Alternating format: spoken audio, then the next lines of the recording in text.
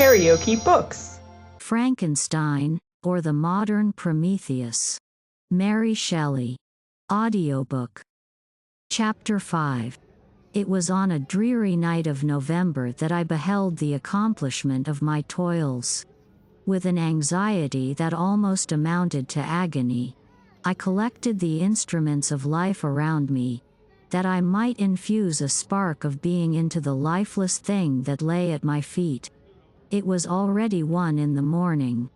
The rain pattered dismally against the panes, and my candle was nearly burnt out, when, by the glimmer of the half-extinguished light, I saw the dull yellow eye of the creature open. It breathed hard, and a convulsive motion agitated its limbs. How can I describe my emotions at this catastrophe? Or how delineate the wretch whom with such infinite pains and care I had endeavored to form? His limbs were in proportion, and I had selected his features as beautiful. Beautiful! Great God! His yellow skin scarcely covered the work of muscles and arteries beneath. His hair was of a lustrous black and flowing. His teeth of a pearly whiteness. But these luxuriances only formed a more horrid contrast with his watery eyes, that seemed almost of the same color as the dun white sockets in which they were set, his shriveled complexion and straight black lips. The different accidents of life are not so changeable as the feelings of human nature. I had worked hard for nearly 2 years, for the sole purpose of infusing life into an inanimate body. For this I had deprived myself of rest and health. I had desired it with an ardor that far exceeded moderation. But now that I had finished, the beauty of the dream vanished, and breathless horror and disgust filled my heart. Unable to endure the aspect of the being I had created, I rushed out of the room and continued a long time traversing my bedchamber, unable to compose my mind to sleep. At length lassitude succeeded to the tumult I had before endured, and I threw myself on the bed in my clothes, endeavoring to seek a few moments of forgetfulness. But it was in vain. I slept, indeed, but I was disturbed by the wildest dreams. I thought I saw Elizabeth, in the bloom of health, walking in the streets of Ingolstadt. Delighted and surprised, I embraced her, but as I imprinted the first kiss on her lips, they became livid with the hue of death. Her features appeared to change, and I thought that I held the corpse of my dead mother in my arms. A shroud enveloped her form, and I saw the grave worms crawling in the folds of the flannel. I started from my sleep with horror. A cold dew covered my forehead, my teeth chattered, and every limb became convulsed. When, by the dim and yellow light of the moon, as it forced its way through the window shutters, I beheld the wretch, the miserable monster whom I had created. He held up the curtain of the bed, and his eyes, if eyes they may be called, were fixed on me. His jaws opened, and he muttered some inarticulate sounds, while a grin wrinkled his cheeks. He might have spoken, but I did not hear.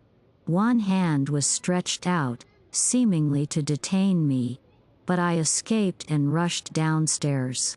I took refuge in the courtyard belonging to the house which I inhabited, where I remained during the rest of the night, walking up and down in the greatest agitation, listening attentively, catching and fearing each sound as if it were to announce the approach of the demoniacal corpse to which I had so miserably given life. Oh! No mortal could support the horror of that countenance. A mummy again endued with animation could not be so hideous as that wretch. I had gazed on him while unfinished. He was ugly then, but when those muscles and joints were rendered capable of motion, it became a thing such as even Dante could not have conceived. I passed the night wretchedly. Sometimes my pulse beat so quickly and hardly that I felt the palpitation of every artery. At others, I nearly sank to the ground through languor and extreme weakness. Mingled with this horror, I felt the bitterness of disappointment. Dreams that had been my food and pleasant rest for so long a space were now become a hell to me.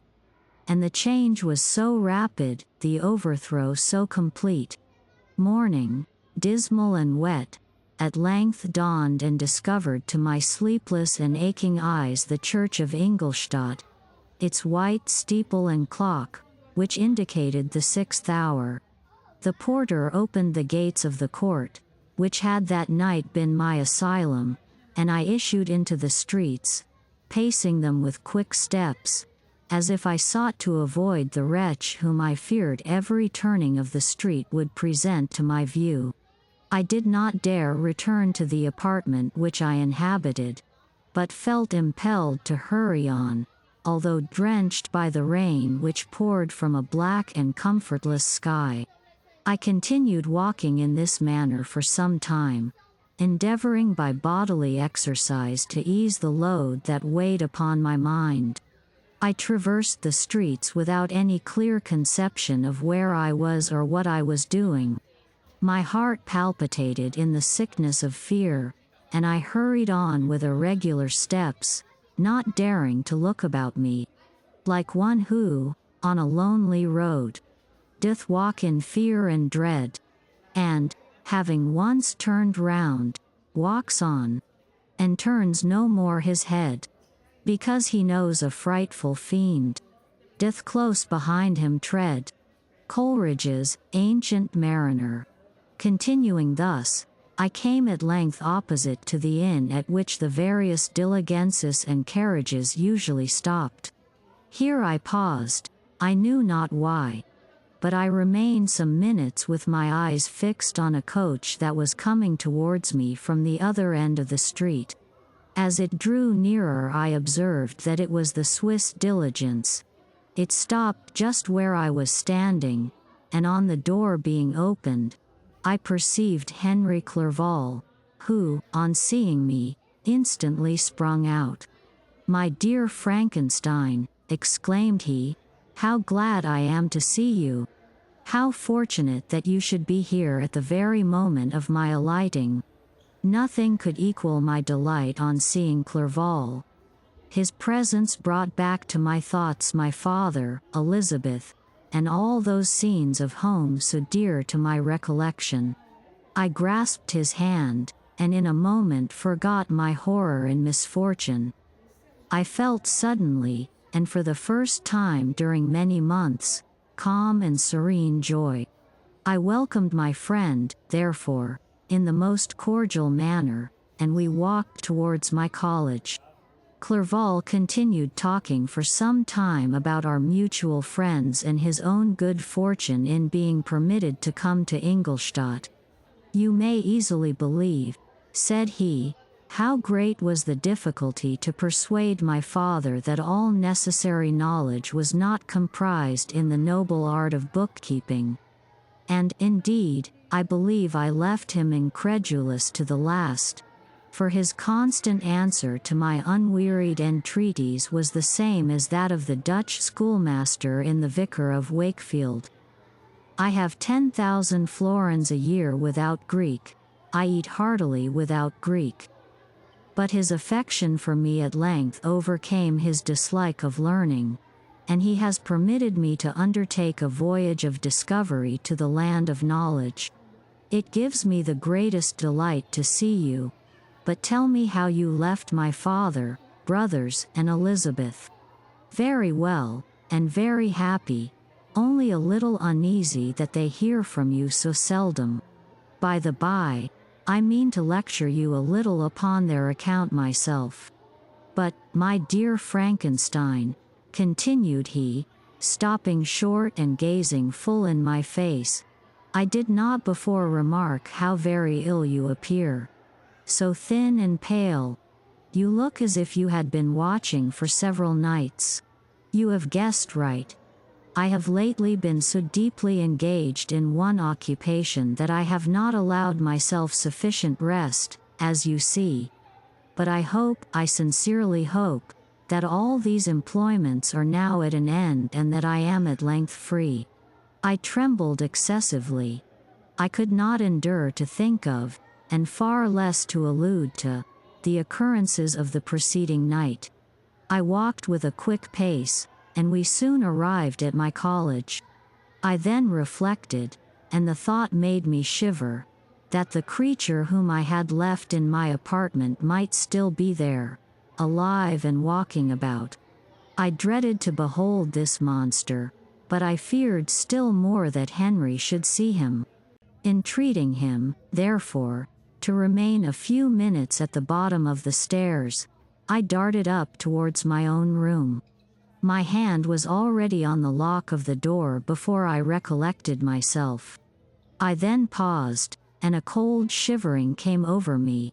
I threw the door forcibly open, as children are accustomed to do when they expect a spectre to stand in waiting for them on the other side. But nothing appeared. I stepped fearfully in. The apartment was empty, and my bedroom was also freed from its hideous guest. I could hardly believe that so great a good fortune could have befallen me. But when I became assured that my enemy had indeed fled, I clapped my hands for joy and ran down to Clerval.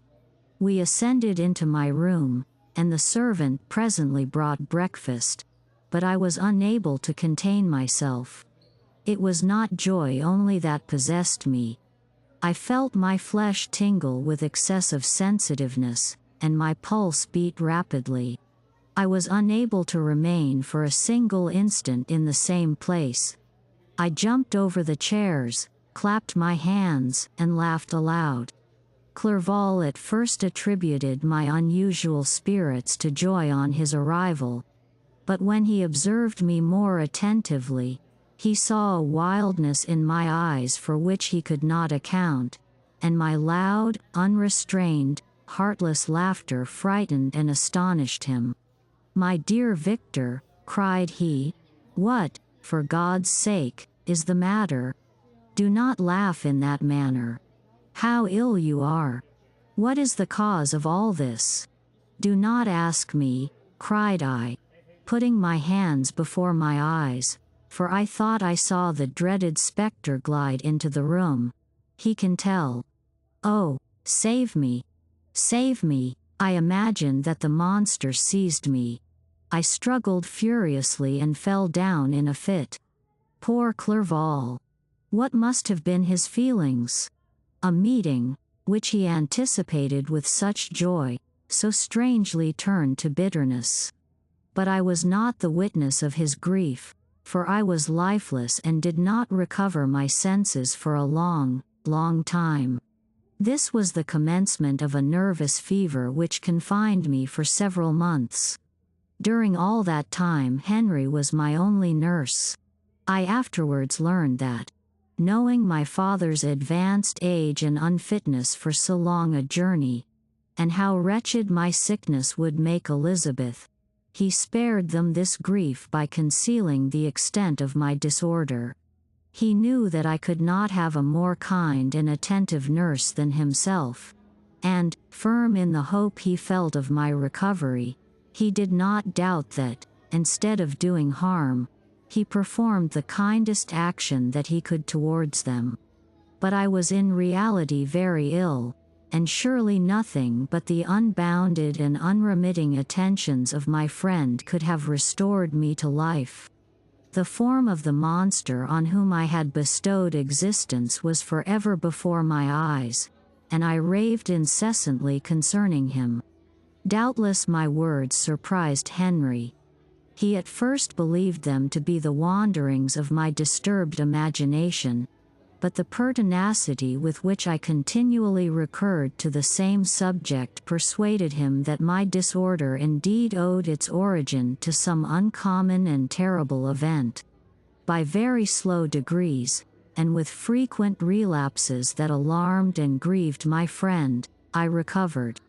I remember the first time I became capable of observing outward objects with any kind of pleasure. I perceived that the fallen leaves had disappeared and that the young buds were shooting forth from the trees that shaded my window. It was a divine spring, and the season contributed greatly to my convalescence. I felt also sentiments of joy and affection revive in my bosom. My gloom disappeared, and in a short time I became as cheerful as before I was attacked by the fatal passion. "Dearest Clerval," exclaimed I, "how kind, how very good you are to me. This whole winter, instead of being spent in study, as you promised yourself, has been consumed in my sick room. How shall I ever repay you? I feel the greatest remorse for the disappointment of which I have been the occasion, but you will forgive me. You will repay me entirely if you do not discompose yourself, but get well as fast as you can. And since you appear in such good spirits, I may speak to you on one subject, may I not?" I trembled. One subject? What could it be? Could he allude to an object on whom I dared not even think? "Compose yourself," said Clerval, who observed my change of color. "I will not mention it if it agitates you. But your father and cousin would be very happy if they received a letter from you in your own handwriting. They hardly know how ill you have been and are uneasy at your long silence. Is that all, my dear Henry? How could you suppose that my first thought would not fly towards those dear, dear friends whom I love and who are so deserving of my love?